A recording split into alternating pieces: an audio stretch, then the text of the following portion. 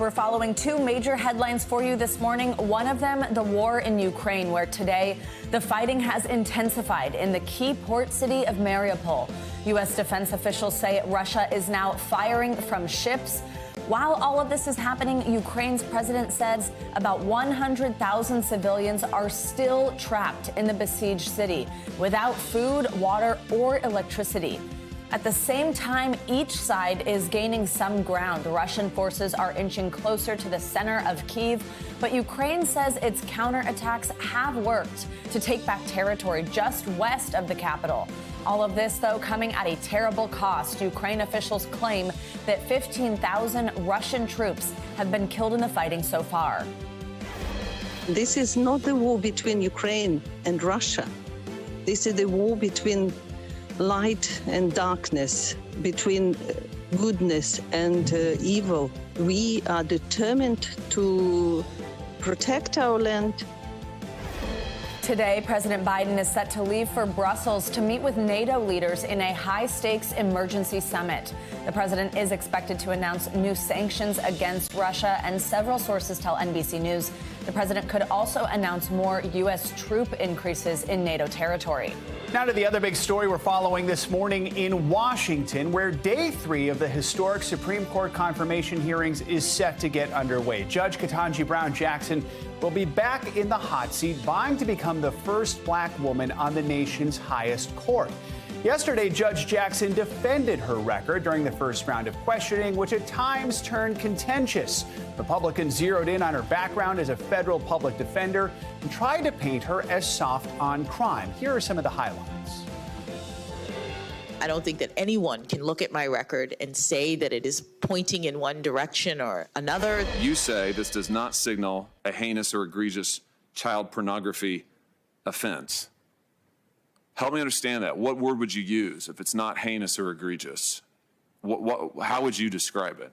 All of the offenses are egregious. But the guidelines, as you pointed out, are being departed from, even with respect to the government's recommendation. I am questioning your discretion, your judgment. That's exactly what I'm doing. Do you agree with this book that is being taught with kids that babies are racist? Senator,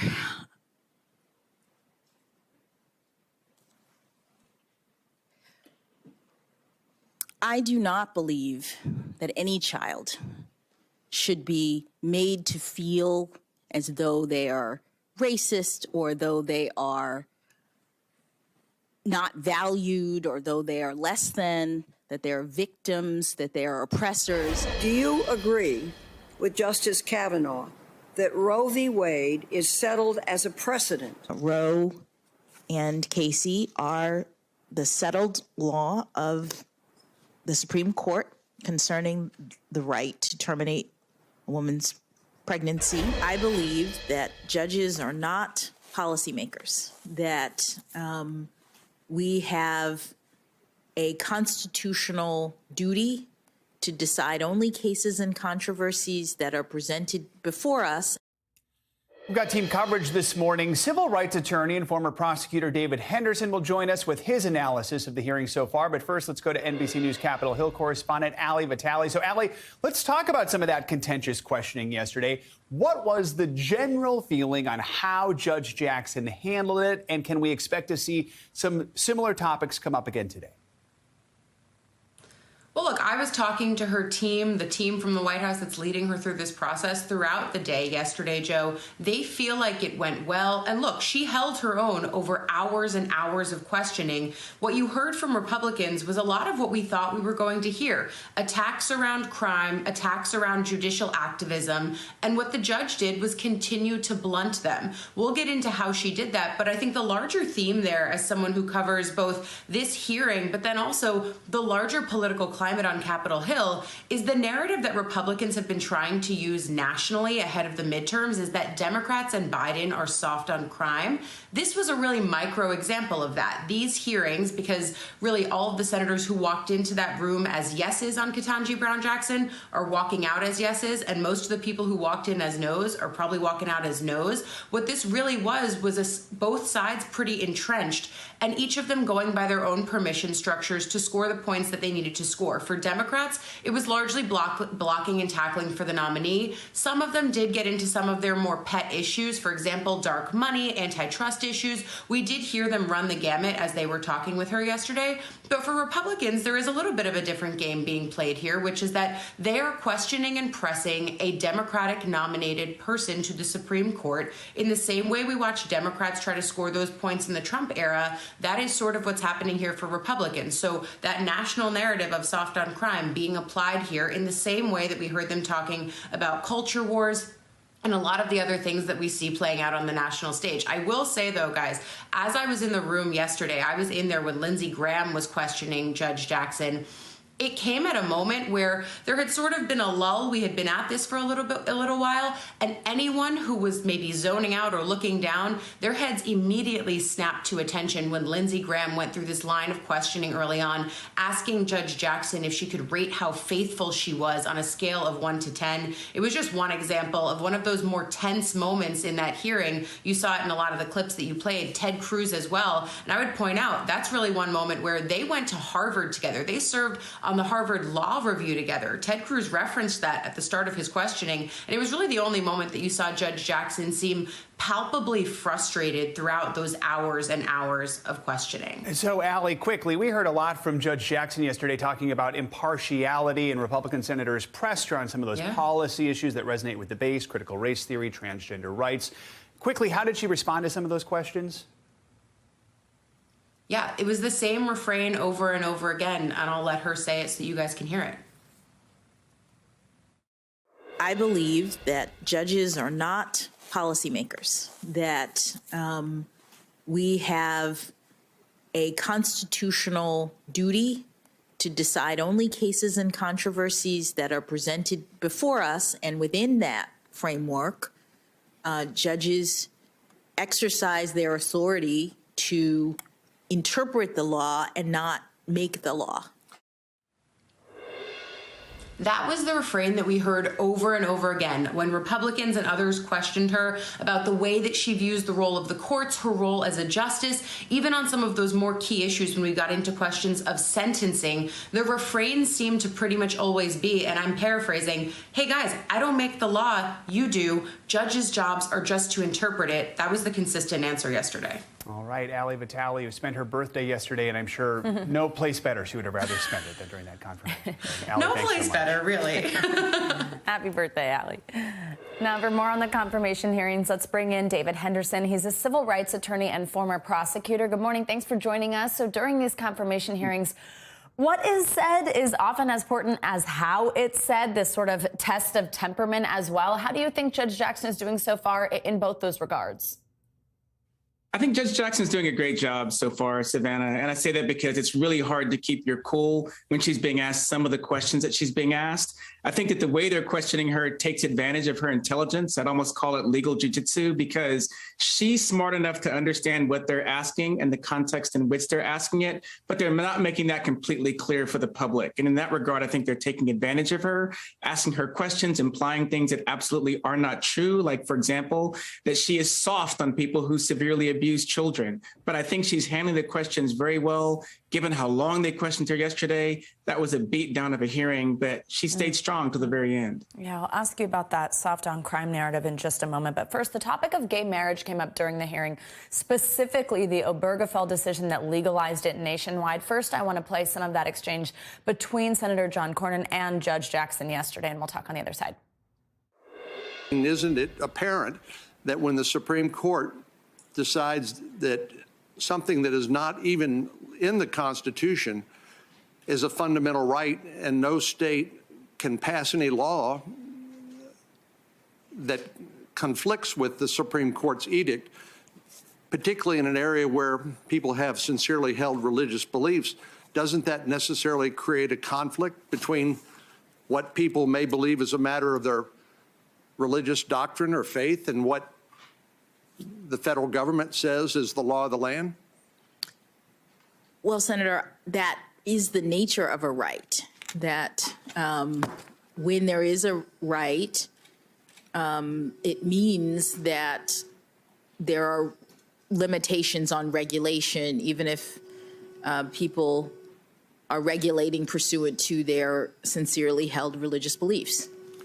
You agree with marriage is not mentioned in the Constitution, is it? It is not mentioned directly, no. And religious freedom and is mentioned in the First Amendment explicitly, correct? It is. So walk us through what you see in this back and forth here, the argument here, and how this might apply to future decisions by the court. Absolutely. It's important to keep in mind how we got to this point. And Senator Cornyn began by asking about the Dred Scott decision. That was a decision where the Supreme Court said, you know what, you're a slave, you were freed, but you know what, you don't have any rights. Literally, this is the quote, Black people have no rights, which white people are bound to observe. And therefore, he was determined to still be a slave. That led to Plessy v. Ferguson, where it determined that separate but equal is lawful. Then you get this interesting pivot to Obergefell, whereas normally it would be to Brown v. Board of Education. The case, it reversed this finding that separate but equal is lawful. And so what they're really doing is attacking the Fourth Amendment, which says no one can be deprived of life, liberty, or property without due process of law. And the question becomes, what does due process mean? Are you talking about procedure or people's fundamental rights, like the right to marry the person whom they choose? And in this regard, we hear this attack over and over again. And that's part of what Senator Cornyn is getting at. Quickly, I do want to go back to that point I mentioned a second ago. We just have a few seconds here, but one of the big criticisms, as you mentioned, from Republicans on Judge Jackson is that she's soft on crime. Walk us through what questions looked like on that point and how she handled them. Well, for the most part, these questions related to sentencing on cases involving child pornography. Mm-hmm. And what the judge made clear is that she actually listens to victims on these cases. She carefully considers all the information that's presented to her, and she tries to make intelligent decisions about how people should be punished in regard to these crimes. That's what judges should do. I know, because I used to prosecute crimes against children. Most judges won't do it. What she demonstrated is that she does, which means that she's not only wise, but she's also a compassionate, caring person when she's on the bench. David, thank you so much for your time and analysis this morning. Let's now focus on our other top story, the war in Ukraine. This morning, Ukraine's deputy prime minister says 9 civilian evacuation routes have opened, with the humanitarian situation in the besieged city of Mariupol front and center. NBC News foreign correspondent Molly Hunter is in Lviv for us this morning. So, Molly, President Zelensky said about 7,000 people managed to get out of Mariupol yesterday, but 100,000 civilians still remain there. Zelensky also accused Russia of capturing a humanitarian aid convoy west of the city. What more can you tell us about that, and just how desperate is the situation there right now? Joe, good morning. That's right. That was a President Zelensky claim. We don't have additional independent information about that convoy coming out of the city. But the big picture is that the worse and the more frustrated the Russian troops get on the ground, the more stalled they get, the more frustrated they are with their lack of progress, the worse it's going to get for civilians inside city centers. And nowhere is more dire. Nowhere is getting hammered harder than the center of Mariupol. So President Zelensky says about 100,000 people are inside. As you mentioned, 7,000 out yesterday. And we do know that there are humanitarian corridors operating today. They operate in Mariupol slightly differently. In order to get out of the city, you have to get in a private car. You have to get in a friend's, relative's private car in a convoy. The idea is safety in numbers. To get to villages on the outskirts of Mariupol, that is where then buses, as part of a greater humanitarian corridor, will pick people up, take them to Berdyansk, which is another strategic town on the coast as well, and up to Zaporizhia. Zaporizhia, you guys, is where people can board trains to the west. But it's a really long kind of journey out, lots of checkpoints and dangerous checkpoints on that way out of Mariupol. So, Molly, this time yesterday, we talked about those protests in the city of Kherson, which was captured by Russian forces. Now we're hearing from Ukrainian officials that people are starting to run out of food, run out of medical supplies. Just how concerned are they about a potential humanitarian disaster there? Very. So this was the first city that Russian troops occupied. As we've been discussing, the problem is that Russia doesn't have the troops to hold it. So it is between, you guys, Mariupol and Odessa. It is on that Black Sea belt that Russia wants to capture. And they have not been able to move on from Mariupol. They have not been able to put the troops that they need into Mykolaiv, into Kherson, to actually hold it. So what's happening in Kherson is that people are protesting almost every single day. And the way that the Russian troops there on the ground are reacting, like we saw yesterday, are attacking those crowds, are spraying those crowds with ammunition. And we do know that, according to the city officials there, they are running out of water, out of food, out of medical supplies, and now out of fuel. And Molly, Ukraine's government says that forces have regained control of a Kyiv suburb, Makariv. The Pentagon said it was not in position to confirm that claim. But are we seeing a change in military strategy from Ukrainians right now? Yeah, and part of it is that the Russian troops are stalled, are failing at their original objectives. But part of the story and part of the really strong narrative here is that Ukrainian troops are doing well. They have recaptured a suburb to the west of Kyiv. It's called Makariv. It is between Kyiv and Zhytomyr. It is on the strategic route west out of the capital city. Guys, according to UK defense officials this morning, they say this is not...